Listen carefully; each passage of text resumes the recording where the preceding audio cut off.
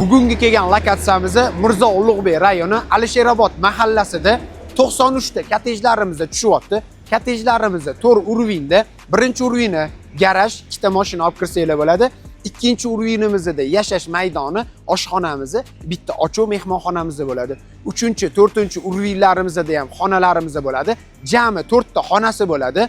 Xo'p, eng zo'r qiziq tarafini aytaymi? Har bir xonadonimizda o'zini shaxsiy lifti bo'lar ekan, terassasi bo'lar ekan. 178 kvadratli bir xonadonimiz narxi qizig'i $80,000 polniy fasadini bitkazib berishar ekan, ichkaridagi perigorodkalarni ham bo'lib berishar ekan.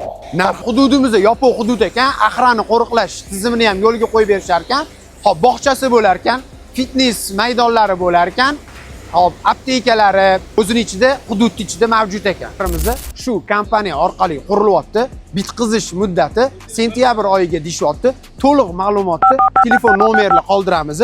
O'zligidan bemalol so'rab bilib olsanglar bo'ladi. Aloqaga chiqamiz. Uylarimiz soni 93 ta, shundan 35-40 tasini sotib oldik deyishdi.